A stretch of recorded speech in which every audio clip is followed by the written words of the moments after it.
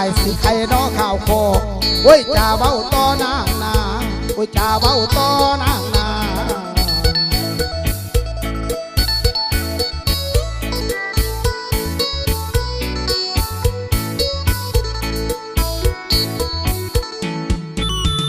แพงเอ๋ยคนผู้จบนั่นคือน้อง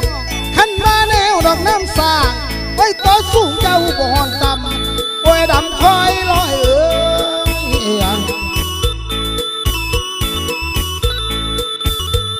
เพิ่นว่าสาตีแนวนั้นไก่กุม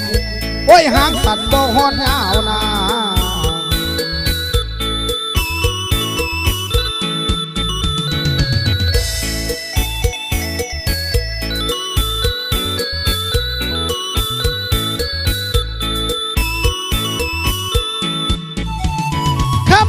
เจ้าผู้ฟังนั้นทำแล้ว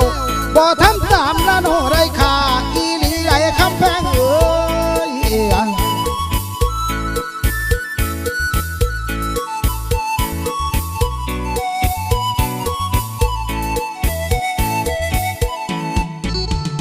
บอกว่าขันมียาขันบ่กินละนอหนองทองบ่มีมือว่าสิดีนะบ่มีมือว่าสิดีแล้ว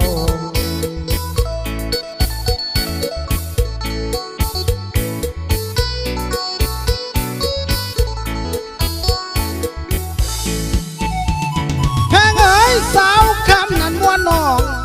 มีเงินนั่นเด้อน้องขันบ่มีกันคนค่าเหตุแนวใดมันสิหักโอ้ย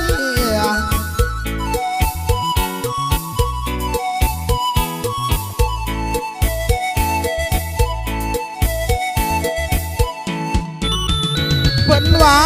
ผู้ทั้งนั้นทำนั้นสั่งครั้งขันว่าใจละโนบ่นอมบุญสิได้บ่จังใดเด้บุญสิได้บ่จังใดเด้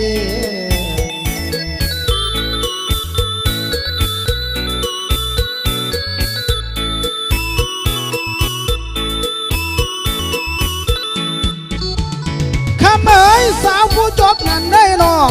คอยแต่บุญดอกมาคำบ่ทำทานหอนสิแม่น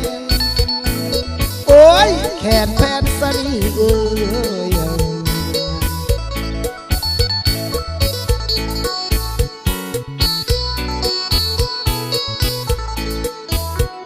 คนว่าแสนสิทุกข์แล้วนออยากเงินโอ้ยเพียนทอดหากสิเฮืองนาโอ้ยเพียนทอดหากสิมีนา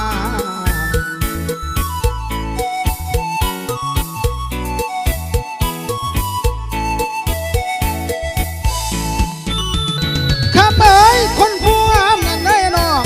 อย่าสุภาโลลมไว้ลืมโตเขาบอกเขาท่า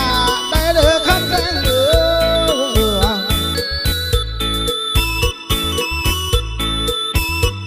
บอกว่ามันสิขายหนังขี่นาโอ้ยเฮาเทบาดเมื่อรุ่นเด้อเฮาเทบาดเมื่อรุ่นเด้อ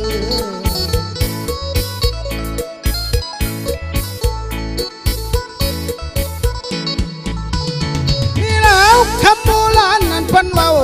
ขันได้เป็นดอกได้แล้วอย่าลืมลำผู้เป็นไผ่ได้เด้อคำแพงเด้อ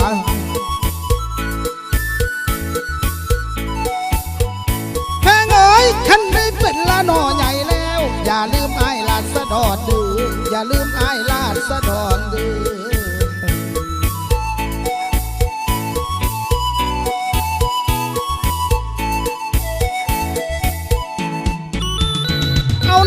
เอาละพอเพียงนี้มาใส่เราไว้ก่อนโอ้ยอยากเมื่อนอนน้ำเดีย